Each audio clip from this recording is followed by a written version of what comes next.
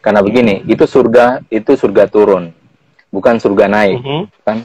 Karena ada dua surga kan, ada surga menurun, ada surga naik.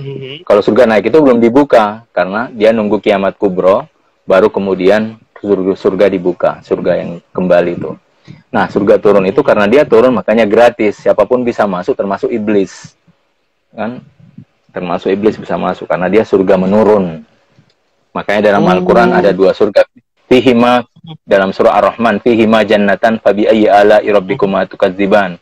Di dalamnya ada dua surga, jannatan fabi ayyi ala'i rabbikuma tukadziban. Nikmat mana lagi yang kau dustakan, kan? Sehingga ada dua surga, ada surga turun dan ada surga naik, seperti itu. Assalamualaikum warahmatullahi wabarakatuh. Selamat datang di acara Didaktif, diskusi daring interaktif yang diadakan oleh Perpustakaan Supiyati.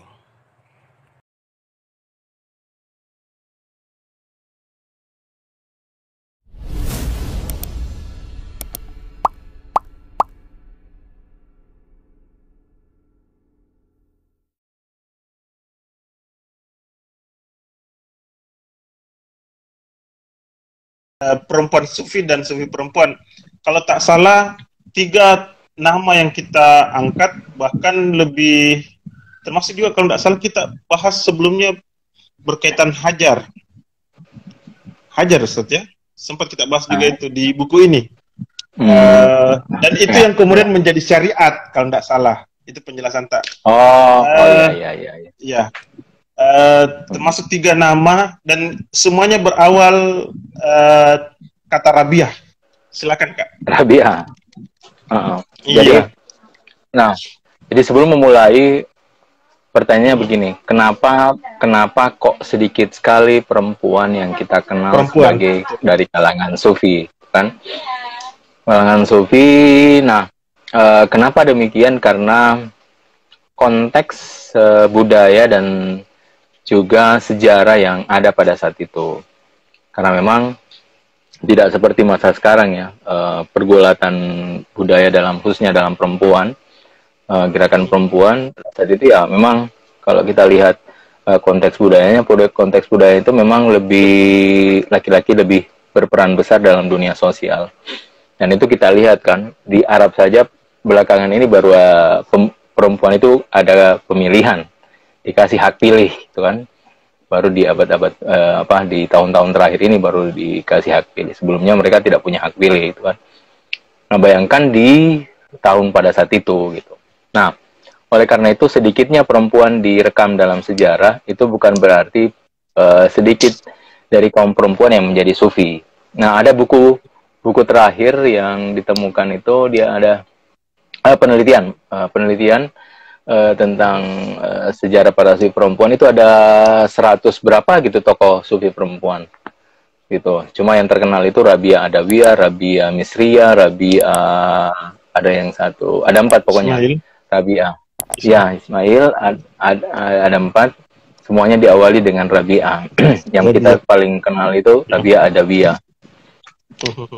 Nah, jadi itu menunjukkan bahwa ini ya kita perempuan itu juga bisa sampai kepada kemuliaan tadi, bisa sampai mengarungi 4 perjalanan dari 4 perjalanan ruhania seperti itu.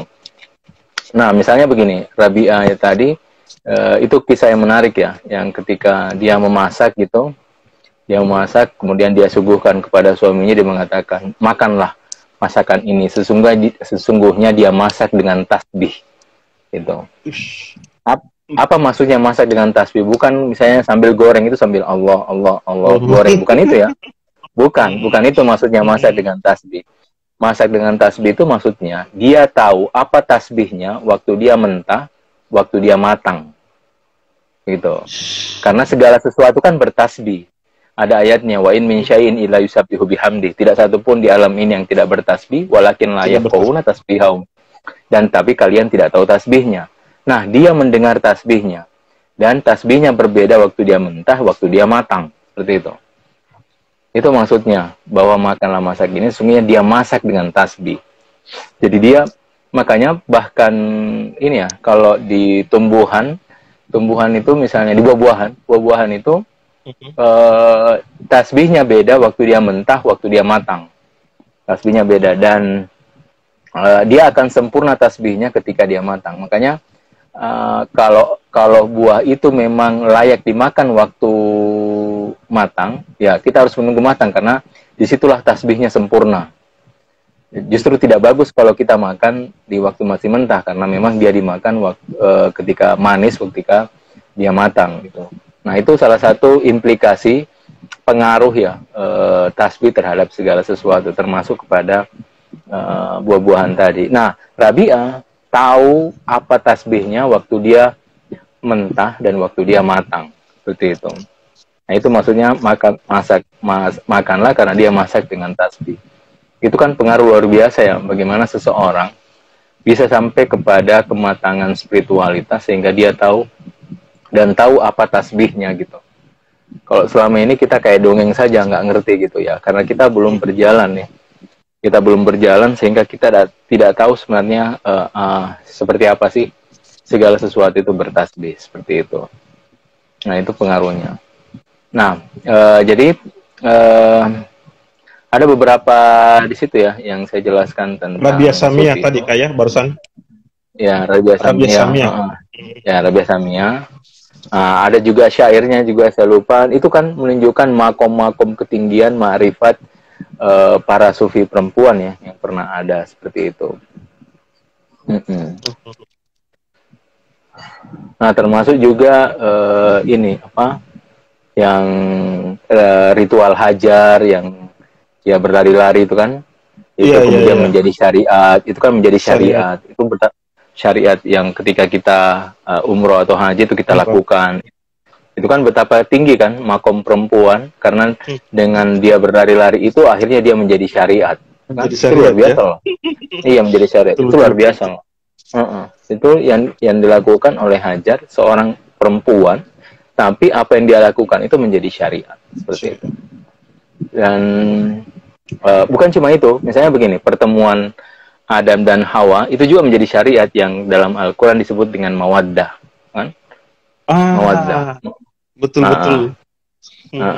Itu juga pertemuan dari Adam dan Hawa, gitu kan? Nah, makanya karena manusia diciptakan secara ruh, pertemuan laki-laki perempuan itu bukan pertemuan fisik, tapi mawaddah, ketentraman dan ketenangan, seperti itu. Kan kisahnya ketika Adam pertama kali melihat Hawa, dia bertanya kepada Tuhan, "Wahai Tuhanku, siapakah dia ketika aku melihat hatiku menjadi tenang dan tentram?" Itu kan? Tuhan menjawab, "Dia Hawa." Kemudian Adam kembali bertanya, "Wahai Tuhanku, apakah aku bisa mendekatinya?" Kata Tuhan, "Iya, tapi engkau berikan maharnya." Kemudian Adam bertanya lagi, "Wahai Tuhanku, apakah maharnya?" Kata Tuhan, "Ajarkan diriku padanya." Kan? Jadi mahar terbaik itu tauhid. Gitu. Mahar terbaik itu tauhid. Nah, cuma yang menarik di situ, itu diabadikan oleh Quran dengan mawaddah, ketenangan. Jadi pertemuan pertama kali Adam dan Hawa sebagai manusia pertama itu atas dasar ketenangan dan ketentraman. Makanya itu pertanyaannya kepada Tuhan, "Wahai Tuhanku, siapakah dia ketika aku saksikan dia, hatiku menjadi tenang dan tentram?" Seperti itu. Jadi sehingga dasar pertemuan laki-laki perempuan, perempuan laki-laki itu adalah ketenangan dan ketentraman. Karena dua nama tadi kan Jamal dan Jalal, Jalal dan Jamal. Gitu kan? Keagungan dan keindahan, keindahan dan keaduan. Saling melengkapi. Karena yang satu lebih dominan Jalal, yang satu lebih dominan Jamal. Nah, saat bertemu dia saling melengkapi satu sama lain dalam perjalanan rohaniah. Seperti itu. Ya. Kalau begitu Kak, saya justru mau menanyakan, karena ini selalu dijadikan juga senjata buat teman-teman untuk menjahili lawan jenisnya, berkaitan dengan kasus Hawa dengan Adam yang kasus buah huldi. Apakah cerita itu memang betul bahwa Hawa, ataukah dia hanya metafor lagi, Kak? Kira-kira gimana itu? Enggak, jadi itu dikisahkan kan digoda oleh Hawa ya, seperti itu. Ya, itu yang saya maksud. Betul Kak? Ya, bukan itu justru yang menggoda iblis. justru dia digoda. Kalau kisahnya kan dalam Al-Quran kan begitu, ada iblis. Karena begini, itu surga turun, bukan surga naik, kan? Karena ada dua surga kan, ada surga menurun, ada surga naik. Kalau surga naik itu belum dibuka, karena dia nunggu kiamat kubro, baru kemudian surga dibuka, surga yang kembali itu. Nah, surga turun itu karena dia turun, makanya gratis, siapapun bisa masuk, termasuk iblis, kan? Termasuk iblis bisa masuk, karena dia surga menurun. Makanya dalam Al-Quran ada dua surga. Fihima, dalam surah Ar-Rahman, Fihima jannatan fabi ayyi ala'i rabbikuma tukadziban. Di dalamnya ada dua surga, jannatan fabi ayyi ala'i rabbikuma tukadziban. Nikmat mana lagi yang kau dustakan, kan? Sehingga ada dua surga, ada surga turun dan ada surga naik, seperti itu. Nah, surga turun berarti, itu, nah di situ. Berarti kisah Isra Mi'raj begitu kayak perjalanannya ya, Rasulullah. Oh, ya, terjawab sudah kegelisahan saya. Sip. Seperti itu. Oke, nah makanya di situ bisa ada iblis dan seterusnya ya, karena memang itu gratis itu. Makanya turun gratis, naik bayar, gitu. Keren. Kenapa naik bayar? Karena sudah ada syaratnya. Illal ladzina amanu wa amilus sholihat. Kecuali yang beriman dan amal soleh, seperti itu. Tapi kalau turun ya silahkan, karena dia gratis, seperti itu. Nah, makanya yang itu karena godaan iblis kepada Adam, bukan Hawa, seperti itu. Bukan Hawa. Bukan. Sip. Ceritanya Kak, Rabiatul Adawiyah dengan Rabia binti Ismail, mungkin bisa deskripsikan juga, Kak. Saya lupa, bisa tanya spesifik. Saya lupa. Oh, kalau ya saya penguatan saja. Kalau Rabiatul Adawiyah itu termasuk ketika dia beristighfar, dia pun kemudian beristighfar lagi. Itu kan? Oh iya. Iya. Jadi satu sama dengan syukur. Kalau kita bersyukur itu butuh syukur yang lain. Sama kalau kita istighfar itu sebenarnya butuh istighfar yang lain. Karena kalau kita menyelami diri, kita akan tahu sebenarnya betapa hina diri kita. Cuma karena kita belum menyelami diri, kita melihat dimensi luar. Kalau kita lihat dimensi luar, kita ini kayak sempurna, punya ini, punya itu, kan, sudah ini, sudah itu, gitu. Tapi kalau kita menyelami diri, baru kita tahu betapa hina kita, gitu. Kalau kita menyelami diri. Karena di situ, oh ternyata saya kalau ini masih ria, oh saya masih ini masih angku, masih ngurus. Dan itu, jadi makanya dalam satu istighfar, itu butuh istighfar yang lain, kan. Kita mengulangi, oh karena ini begini, itu terus. Nah, sama dengan kalau kita bersyukur, satu syukur itu butuh syukur yang lain lagi. Karena kenapa? Kenapa saya bisa bersyukur ini? Karena ada syukur yang datang padanya. Nah, sehingga saya harus mensyukuri lagi karena dia datang. Terus begitu, sehingga tidak ada akhirnya. Gitu. Tidak ada akhirnya. Tidak ada batasnya. Gitu kan? Nah, itu kan ketika orang sudah menyelami diri. Tapi kalau kita tidak menyelami diri, kita tidak akan tahu persoalan-persoalan seperti ini. Karena penglihatan kita keluar. Apa yang kita miliki. Karena kalau fisik kan terpampang dengan jelas apa yang kita miliki. Itu pakaian, rumah, buku, ini, terus itu banyak sekali yang kita miliki. Seperti itu. Jadi seolah-olah kita tidak punya dimensi kekurangan. Tapi saat kita menyelami diri, nah kita akan tahu satu persatu. Betapa saya, kalau begini, sedikit begini marah lagi, begini ria lagi, begini hasut lagi, sini angkuh lagi, terus begitu. Jadi setelah kita menyelami diri, baru kita tahu betapa hina sebenarnya diri kita ini. Dimensi batin. Sip. Ini juga ada dua istilah yang digunakan oleh ini, abdal dan autad. Oh, begitu ya penyebutannya, Kak? Iya, abdal, autad. Autad itu ketika dia sudah sampai kepada kesempurnaan. Dari abdal menuju autad. Jadi awalnya abdal, di situ dibedakan laki-laki dan perempuan. Setelah dia autad, semuanya nanti menjadi perempuan. Seperti itu. Itu dalam perjalanan ruhania menuju Tuhan. Itu berasal dari Ibn Arabi sih. istilah itu. Oh. Untuk menjelaskan bahwa nanti, karena begini, perjalanan menuju Tuhan itu adalah untuk sampai secara sempurna harus dengan dua namanya, Jalal dan Jamal, Jamal dan Jalal. Makanya kan ada hadis dari Rasulullah, ada 3 hal yang aku cintai dari kalian. Pertama perempuan, kedua parfum, ketiga sholat. Urutannya seperti itu, karena ini urutan ontologis, urutan yang memang sudah terstruktur seperti itu. Jadi ini tidak bisa kita tafsirkan secara fisik, hadis ini. Harus metafor, seperti itu. Nah, Kenapa Rasulullah mengatakan aku cinta dari kalian 3 hal tadi? Yang pertama perempuan, karena Rasulullah laki-laki, Jalal. Okay? Nah, karena dia laki-laki, oleh karena itu dia butuh Jamal. Kenapa? Karena untuk sampai kepada Tuhan itu adalah harus dengan dua namanya, Jalal dan Jamal. Sehingga dia nanti sempurna di dalam mengarungi perjalanan menuju ilahi dengan dua nama tadi, Jalal dan Jamal. Seperti itu. Nah, ketika dia sampai kepada puncak, maka dia akan sampai kepada puncak ma'rifat. Ma'rifat itu seperti parfum yang akan tersebar nanti. Dia akan tersebar dan orang-orang akan menikmati aroma semerbak dari ma'rifat yang dicapai seseorang ketika dia sampai puncak perjalanan. Seperti itu. Nah, caranya apa? Caranya dengan kendaraan tadi, sholat, syariat. Seperti itu. Makanya urutannya tadi, urutan ontologis. Pertama perempuan, kedua parfum, lalu ketiga sholat. Itu tidak terpisah, tidak bisa kita balik. Jadi karena ini menjelaskan tentang perjalanan ruhania. Seperti itu hadis itu. Oke, silakan teman-teman yang mau bertanya berkaitan dengan perempuan perspektif tasawuf. Silakan Kak, kalau ada yang mau dilanjutkan. Nah, oke.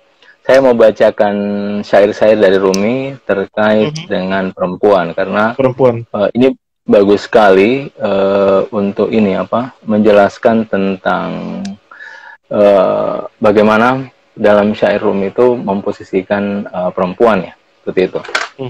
Jadi pertama itu kita tadi pahami bahwa perempuan itu sebagai manifestasi dari asma Tuhan, kan, sebagaimana juga laki-laki. Nah, jadi perempuan dari si batin adalah manifestasi kelembutan dan keindahan. Nah, ini juga tadi belum dijelaskan. Sebenarnya dari sisi Jamal dan Jalal tadi, perempuan itu lebih sempurna daripada laki-laki. Karena dalam diri perempuan itu dia punya 2 dimensi. Selain mempengaruhi, dia dipengaruhi. Laki-laki cuma satu, dia dipengaruhi. Dia dipengaruhi. Kenapa? Karena laki-laki bukan Jamal, keindahan, dia Jalal. Yang mempengaruhi itu Jamal, keindahan. Misalnya kita tertarik kepada lukisan, karena dia indah, akhirnya kita ditarik masuk ke dalam lukisan tadi, oleh keindahan lukisan, seperti itu. Nah, perempuan karena dia manifestasi dari Jamal, makanya dia selain mempengaruhi, dia juga dipengaruhi. Laki-laki hanya dipengaruhi. Nah, ini salah satu konsekuensi ketika tadi melihat dari sisi bahwa ada 2 hal yang terkait di dalam diri perempuan, yaitu mempengaruhi dan dipengaruhi. Oke, saya akan bacakan kitab 1 Masnawi bait 2429. Nah, ini meskipun air menaklukkan api, saat ada pemisah antara air dan api akan mendidihkan air. Jika diantaranya ada bejana, api mengubah air menjadi uap. Nah, secara zahir kau bagi air, menaklukkan perempuan. Tapi secara batin kau ditaklukkan olehnya dan membutuhkannya. Seperti itu. Jadi begini, di sini di bait Masnawi sini disimbolkan laki-laki sebagai air, perempuan sebagai api. Betul, air bisa memadamkan api. Tapi coba kalau ada di antara misalnya bejana, ya, kalau ada perantaranya, perempuan itu justru mampu mengubah air menjadi uap, kayak gitu. Ya, itu kata Rumi, seperti itu. Iya. Oke. Ini ada pertanyaannya? Ada Kak. Isam Surahim masih penanya yang tadi Kak. Afwan Ustaz, nanya lagi perihal surga naik dan surga turun. Apakah maksud pengistilahan demikian Ustaz? Kemudian bisa sekalian saya bacakan poin kedua Kak, penanya kedua Kak ya.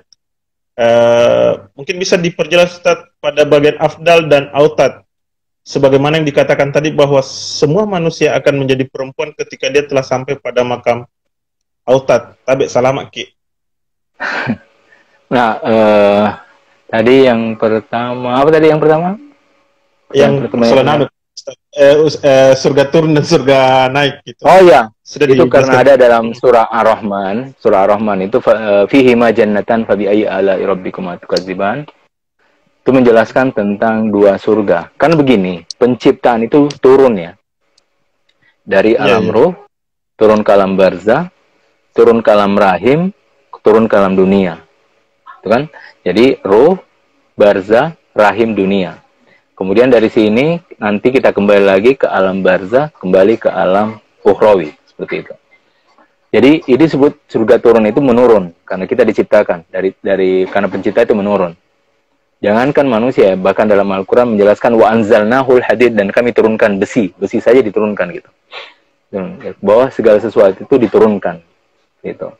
Nah, karena jadi tempat kita turun itu melewati hal yang sama dari alam ruh dulu, alam barzah, alam rahim, dunia. Nah, kemudian kita kembali lagi dari dunia, kita ke alam barzah kembali, dari alam barzah kembali ke alam ukhrawi. Nah, cuma bedanya perjalanan manusia itu circle. Dia muter. Lingkar. Okay? Lingkaran ya. Lingkar. Bukan seperti ada tangga. Kalau tangga kan tempat kita naik, itu juga tempat kita turun kalau tangga. Tidak, beda. Tempat jalan kita turun, beda jalan kita naik. Karena yang satu gratis, satu berbayar, begitu. Iya, paham. Okay? Satu gratis, satu berbayar. Nah, jadi waktu kita turun, nah di situ kita melewati dulu di alam ruh, kemudian kita masuk ke alam barzah, di situ ada surga. Oke, di situ pertemuan Adam dan Hawa, kemudian iblis itu sudah turun, kemudian baru turun ke dunia, seperti itu. Ya, itu juga turun. Nah, surga naik ini, nah itu belum terbuka, dia menunggu kiamat kubro, setelah kiamat kubro baru kemudian dibuka, seperti itu. Nah, itu secara sekilas ya, penjelasan tentang dua surga tadi. Karena ya kita melewati dua perjalanan yang sama. Jadi sama-sama ada alam ruhnya.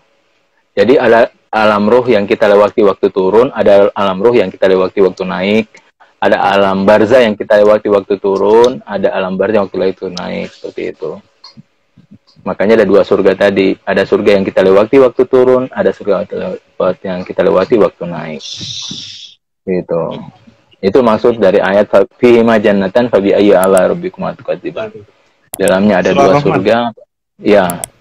Nikmat mana lagi yang kau dustakan. Gitu. Ya, pertanyaan Musakir Basri tadi Kak tentang ini, afdal dan autad. Nah, begini, jadi semua maksudnya perempuan itu maksudnya semua karena begini, paling batin itu jamal, keindahan. Oke? Nah, karena perempuan itu dimensi jamal, itu maksudnya semua nanti menjadi jamal. Semua nanti menjadi jamal kalau ketika dia berjalan menuju Tuhan. Jadi dia akan semakin lembut seperti itu ketika orang berjalan menuju Tuhan. Jadi ketika sampai dia pada puncak perjalanan, dia akan menjadi autad. Autad itu jamalnya lebih dominan. Makanya paling batin itu justru jamal. Nah, cuma karena dia batin, makanya dia tersembunyi. Makanya keindahan itu tersembunyi. Keindahan itu tersembunyi. Dia rahasia. Kalau keindahan rahasia. Kalau jalal tidak. Jalal tidak. Karena dia di permukaan. Di awal. Misalnya begini. Misalnya kita masuk ke pameran lukisan ya. Kita akan bingung dengan harganya gitu. Kan? Kok ada lukisan harganya puluhan juta atau ratusan juta gitu. Kalau kita lihat kan ini biasa saja, Bang. Itu kan apa indahnya, betul, apa indahnya gitu. Tapi kalau orang yang tahu rahasia, dia tahu betapa susah misalnya dia pakai kuas apa, tinta apa, dari sudut mana dia dia tahu itu. Nah, artinya kan ada dimensi batin yang kita tidak tahu. Penampakan luar kita bingung loh, ini mahalnya mana sih kan? ini kayak pewarna aja ditempel-tempelin gitu. Kemudian gitu. Tapi bagi yang tahu rahasianya, dia akan tahu betapa mahal itu. Maksudnya begini, jadi semakin batin, dia semakin semakin rahasia. Begitu. Dan dia semakin indah dan semakin jamal. Indah, jamal. Makanya Tuhan itu paling batin itu justru jamal. Oke? Makanya disebut zat. Zat itu kan jamal. Jamal. Cuma penampakan luarnya dia menggunakan kata huwa. Huwa itu kata ganti laki-laki, itu kan kata ganti laki-laki, bukan perempuan. Kenapa? Karena dimensi luarnya Tuhan menunjukkan jalalnya. Tapi kalau kita masuk ke zatnya, justru yang kita temukan jamalnya, keindahannya.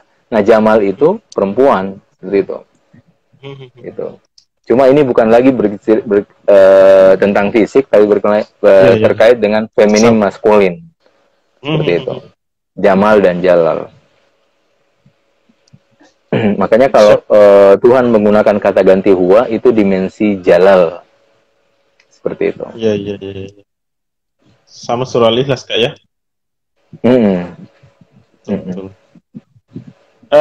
Ada yang membuat saya tertarik dari buku ini, Kak. Saya baru tahu bahwa ternyata laki-laki punya datang bulan juga ya. Tolong dijelaskan, Kak. Oh, itu mengutip pernyataan Ibn Arabi. Jadi untuk menjelaskan bahwa secara batin, jadi kata Ibn Arabi, meskipun secara lahir laki-laki tidak punya itu datang bulan tadi, tapi secara batin dia ada. Kemudian ditanya, kapan wahai Ibn Arabi? Ketika dia berdusta. Jadi ketahuilah ketika laki-laki berdusta, dia seolah datang bulan, seperti itu.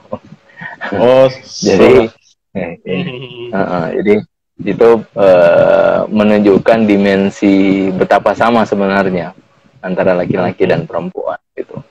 Jadi situ makanya enaknya pandangan sufistik itu jelas ya perbedaan antara mana kapan kita bilang dia sama, kapan kita menjelaskan dia berbeda.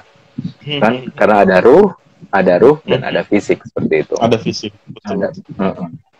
Jadi kita enak untuk membedakannya antara satu dengan yang lain. Ada yang menjadi pertanyaan sederhananya lagi, Kak, untuk seperti kita melakukan tadi pemetaan bahwa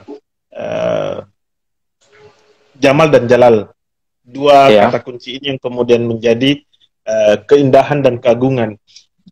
Sementara kita ketahui banyak karakter yang lain. Apakah itu termanifestasi dalam dua istilah ini? Misalnya begini, Kak, marah. Apakah dia tertuang di dalam salah satu keindahan atau keagungan itu? Ataukah dia punya ruang tersendiri, Kak? Enggak, marah itu kejalal. Oh, berarti dia termasuk bagian dari keagungan itu sendiri, Kak, ya? Iya, keagungan. Kan ada ayat Quran kan, ghadaballahu alaihim, Allah murka terhadap mereka. Dengan bayangkan ya. Mungkin kita tidak bisa karena begini, marah kan dimensi psikologis ya. Iya. Kok bisa Tuhan punya dimensi yang marah? Buktinya Quran mengatakan begitu, ghadaballahu alaihim, Allah murka pada mereka. Jadi murka itu marah, itu bagian dari jalal. Cuma begini, kenapa kita bingung? Karena kita melihat secara terpisah, gitu. Kita melihat secara terpisah, ya. Kalau kita melihat secara terpisah, kita akan kebingungan. Jadi begini, kita harus melihatnya ini secara holistik, yang terkait satu sama lain, dan yang menjadi ujung dari semua nama ini adalah Allah atau Ar-Rahman. Karena itu ada dalam ayat Al-Quran. Misalnya begini, Uwitullah awitur Rahman ayyam matadawu falahul asmaul husna. Jadi serulah Allah atau serulah Ar-Rahman, di mana dua nama ini yang kau seru, di dalamnya ada asmaul husna. Jadi semua nama-nama Tuhan itu indah. Kenapa indah? Karena dia kembali ke satu nama tadi, yaitu Allah. Gitu. Misalnya begini, ada nama Tuhan Al-Mudil yang menyesatkan. Kan? Nama Tuhan Al-Mudil yang menyesatkan. Karena ada ayatnya, yudillu bihi kasiran wa yahdi bihi kasiran wa ma yudillu bihi ilal fasikin. Ya, dia menyesatkan yang banyak dan dia memberikan hidayah yang banyak, tapi tidak dia sesatkan kecuali yang fasik. Makanya salah satu nama Tuhan itu Al-Mudil. Nah, kita akan bingung kan, kok bisa nama Tuhan yang mudil menyesatkan gitu. Kan? Nah, kenapa begitu? Ya karena kita memisahkan dari nama Allah tadi. Artinya begini, nama Al-Mudil itu selama dia ada bawah naungan Allah, dia indah gitu. Nah, misalnya begini, untuk mendekatkan pemahaman ini, saya nanya, coba saya bertanya ya. Syahwat itu bagus atau tidak? Saya bertanya, syahwat itu bagus atau tidak? Syahwat. Bagus atau tidak? Apa ya? Tidak jadi masalah kalau saya, Kak. Oke. Nah, begini. Katakan bagus. Ya. Nah, oke, saya bertanya lagi, syahwat itu dari Tuhan atau bukan? Pemberian dari Tuhan atau bukan? Saya tetap akan mengatakan semuanya dari Tuhan. Nah, betul. Artinya, kalau syahwat pemberian dari Tuhan itu baik atau buruk? Semua baik. Nah, kenapa? Jadi, karena syahwat pemberian dari Tuhan, maka dia baik. Dan, tapi dia akan menjadi baik kalau dia di bawah naungan akal dan syariat. Oke? Gitu. Tapi kalau dia berdiri sendiri, syahwat itu sendiri, dia di luar dari kontrol akal dan syariat, nah dia justru akan berbuat kefasadan dan menumpahkan darah. Dan karena itu malaikat protes kan? Iya. Itu ikut dima kan? Dia hanya membuat menumpahkan darah dan buat kefasadan. Nah, ketika syahwat berdiri sendiri, makanya dia menjadi indah, syahwat itu indah ketika dia di bawah naungan akal dan syariat. Itu perumpamaan. Nah, sama nama Tuhan yang mudil ini, dia juga indah ketika dia di bawah nama Allah. Ketika dia memisahkan diri, nah, dia menjadi tidak indah lagi, seperti itu. Nah, itu kira-kira penjelasannya. Makanya segala sesuatu pasti kembali kedua nama tadi. Apakah Jamal atau Jalal, seperti itu. Siap. Ini ada pertanyaan, Kak, dari Musakir Basri. Tapi sedikit ingin memperjelas Ustaz perihal bagaimana kita menyelami dirinya kita ini jika dimensi di luar daripada diri kita masih menjadi satu hal yang mendominasi, dan itu yang bakal menjadi hijab. Nah, justru kalau mau berjalan itu dulu diberesin.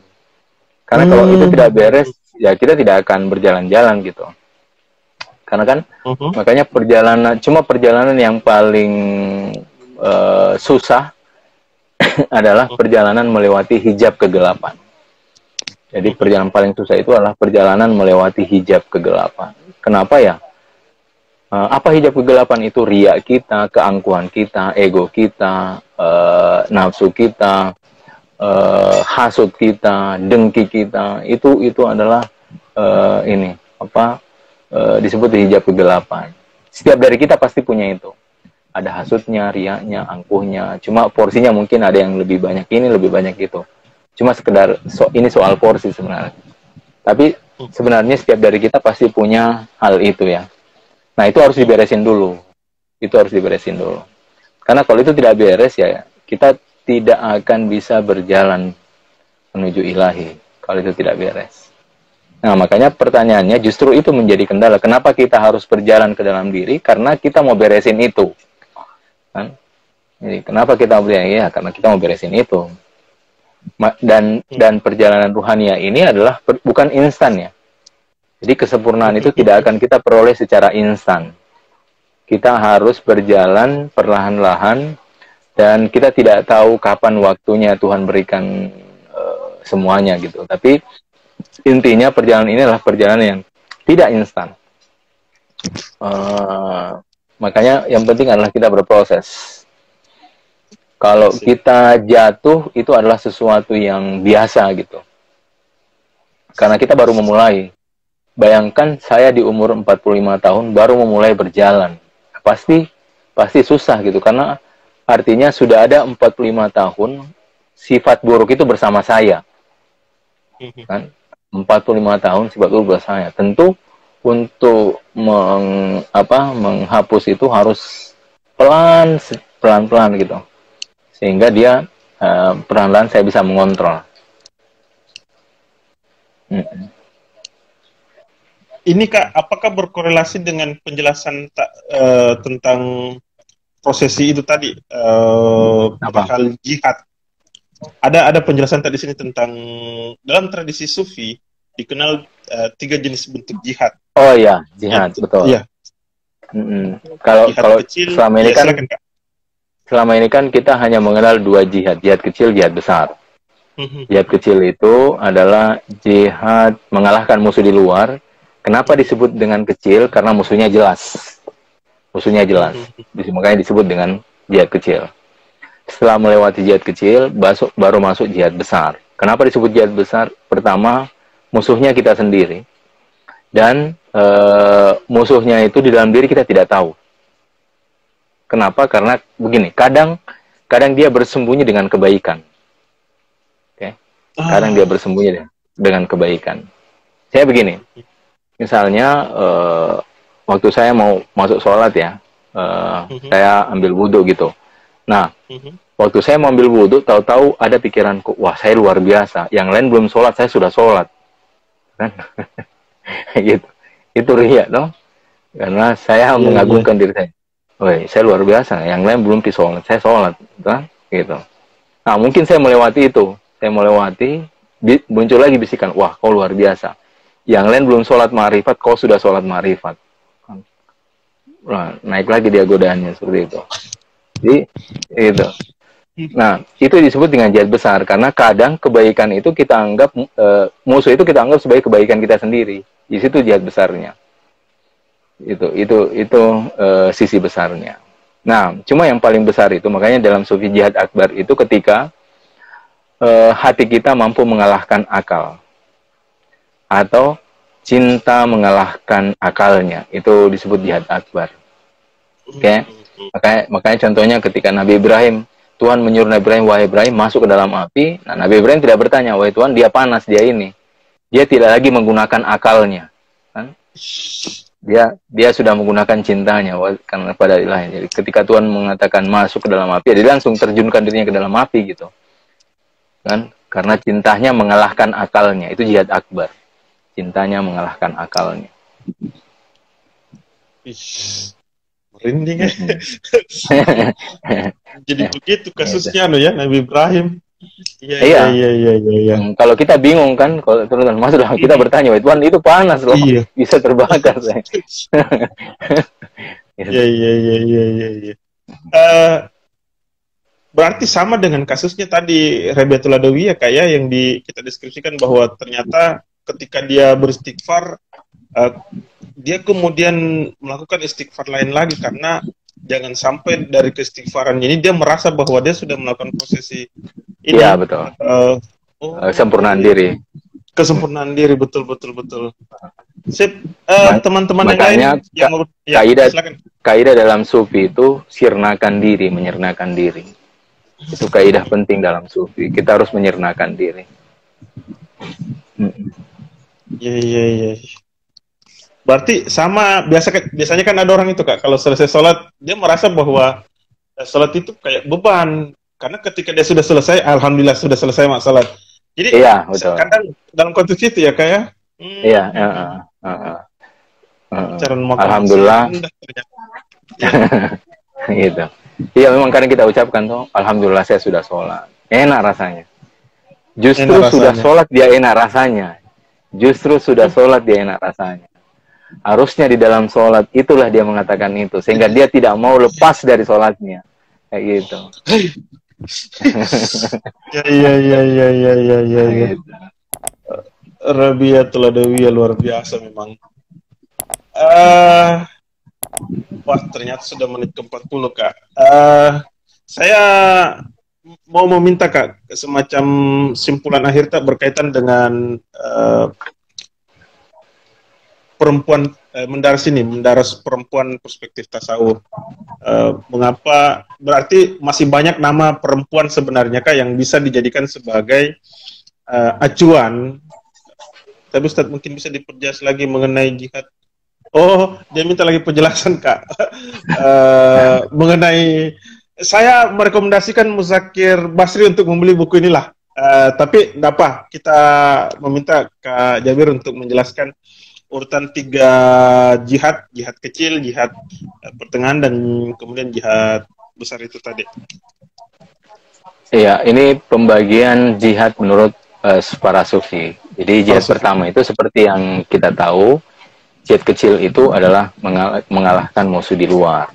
Nah, kenapa dikatakan jihad kecil? Karena musuhnya jelas gitu. Jelas berhadapan-hadapan dengan kita, dia musuh kita, dia jelas itu. Disebut dengan jihad kecil. Nah, jihad besar itu kenapa dikatakan jihad besar? Karena pertama dia ada dalam diri kita, artinya melawan diri kita sendiri. Kedua, kadang dia dalam bentuk kebaikan kita sendiri. Musuh itu justru dalam bentuk kebaikan. Makanya itu jihad besar. Kita butuh jihad luar biasa hingga kita tahu, oh ternyata ini musuh kita. Ternyata kita tidak boleh membanggakan kebaikan kita. Oh ternyata kita tidak boleh membanggakan kemuliaan kita. Oh ternyata, nah itu disebut dengan jihad besar. Kalau kita justru mengejar kebaikan yang mengejar kemuliaan, nah justru dalam sufi itu harus dihinakan gitu. Makanya susah. Makanya disebut jihad akbar. Tapi para sufi itu bukan jihad akbar, masih jihad pertengahan. Gitu. Karena ada 3 kan.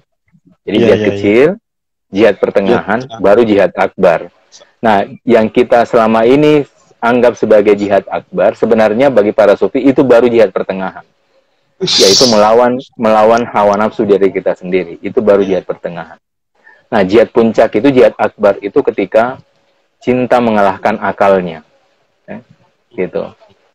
Cinta mengalahkan akalnya. Ya? Iya, ketika hati mengalahkan akalnya. Kalau kita mau sholat kan kita berpikir-pikir, nanti masih ada waktu. Gitu. Itu betul loh. Karena memang masih ada waktu. Iya, itu betul, karena memang masih ada waktu. Tapi kalau hatinya, dia sirnakan itu semua dan dia berangkat menuju Tuhan. Seperti itu. Nah, makanya disebut akbar, jihad akbar. Dia sudah fana dalam cinta ilahi. Nah, itu yang susah untuk kita peroleh.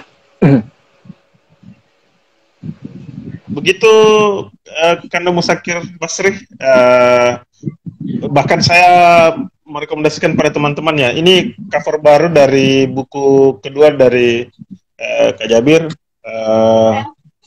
Saya tidak tahu persoalan harga karena saya dikirimkan langsung. Mungkin kita butuh Kak semacam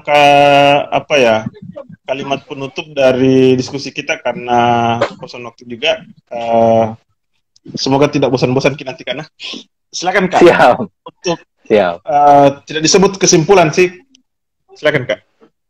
Ya, jadi menutup ini saya mengutip Rumi. Jadi kitab pertama bait 2433 sampai bait 2437. Jadi kata begini, kata Nabi, perempuan akan menaklukkan pria berakal dan berhati. Saya ulangi ya. Kata Nabi, perempuan akan menaklukkan pria berakal dan berhati.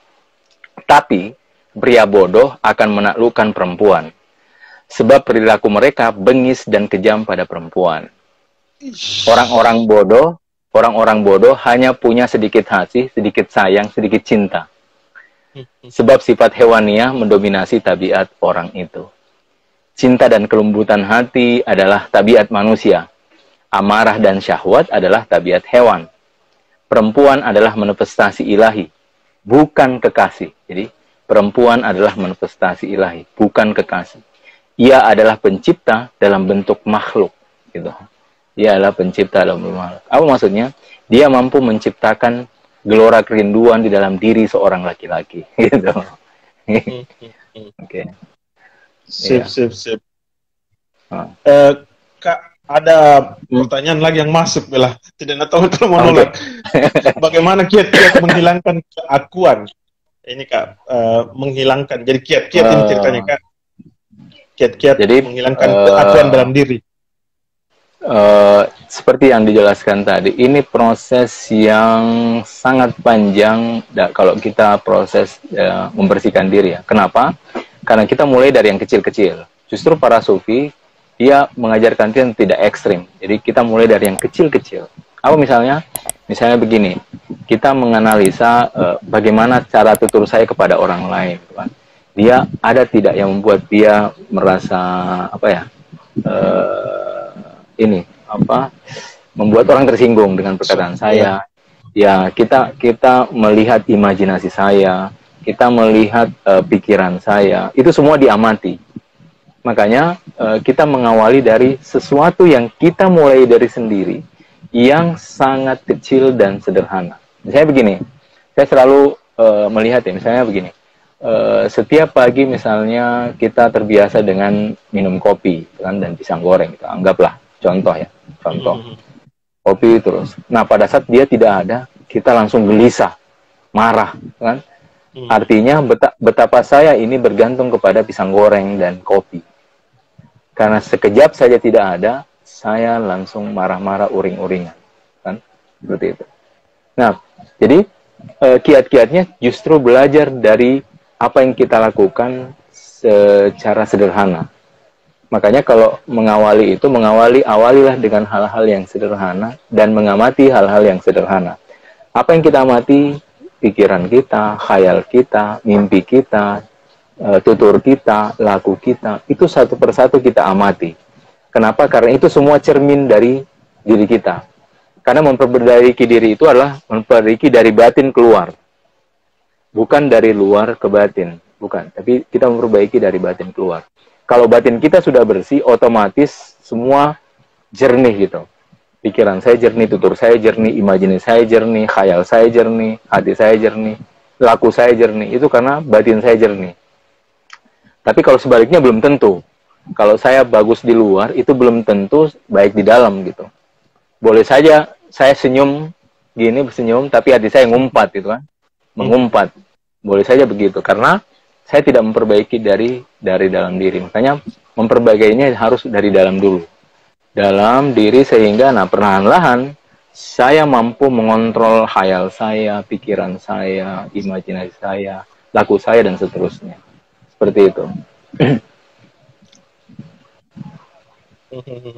Ini ada lagi. Waduh, tidak berhenti pertanyaan masuk ini, Kak. Lama Robak Nesta, keakuan seperti apa yang harus kita hilangkan dalam diri? Mohon penjelasannya, Ustaz. Jadi kalau dalam ranah sufi, yang dimaksud dengan aku adalah selain Tuhan. Apapun selain Tuhan disebut dengan aku. Gitu. Jadi apapun selain Tuhan itu adalah aku. Makanya bahkan kebaikan pun itu aku. Itu harus disirnakan. Itu juga aku.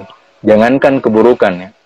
Bahkan kebaikan pun itu disebut aku. Nah, cuma kebaikan itu disebut dengan hijab cahaya. Keburukan itu disebut dengan hijab kegelapan. Seperti itu. Dua-duanya itu harus kita lampaui. Makanya intinya kalau bertanya apa itu aku? Aku adalah selain Tuhan. Jadi apapun selain Tuhan itu adalah aku. Seperti itu. Apapun selain Tuhan adalah aku. Itu intinya. Sip. Semoga Lama Robak Nesta menerima dengan apa yang dijelaskan oleh Kak Jabir tadi. Terima kasih banyak, Kak. Saya sering mau bilang sama kita bahwa kalau menjelaskan jangan terlalu keren, Kak, karena pasti kupanggil lagi itu karena berdasarkan rekomendasi. Saya bukan berarti karena saya mau memuji nih, Kak. Artinya gini, buat teman-teman, saya sudah bilang juga sama Kak Jabir bahwa buku ini bagi saya meminjam istilah ilmiah ya dalam salah satu kontennya dia menyebut dengan istilah seluruhnya adalah daging. Bagi saya buku ini pun demikian, mulai dari awal sampai akhir itu mengalir dan itu memiliki keterhubungan. Saya awalnya, loh kok kenapa pembahasan Jamal dan Jalalnya yang pertama, kenapa tidak langsung bahas tentang tokoh-tokoh perempuan yang kita sebut sebagai yang masuk dalam kajian sufi. Ternyata dia harus dijelaskan dulu dengan perspektif tasawuf. Terima kasih banyak, Kak, bersama dengan teman-teman yang ikut menonton malam ini. Terima kasih banyak yang bertanya. Saya merekomendasikan pada teman-teman untuk membeli buku ini dan beberapa buku lainnya, dan juga yang masih mau bertanya silakan bertanya langsung atau chat pribadi atau istilahnya DM ke Kak Muhammad Nur Jabir. Terima kasih banyak, Kak. Salam. Kalau kemarin saya lakukan didaktif yang bersama kita itu di Palopo, hari ini saya lagi di Kolaka Utara. Terima kasih banyak, Kak. Salam buat keluarga. Terima kasih banyak. Billahi taufiq wal hidayah. Assalamualaikum warahmatullahi wabarakatuh. Waalaikumsalam.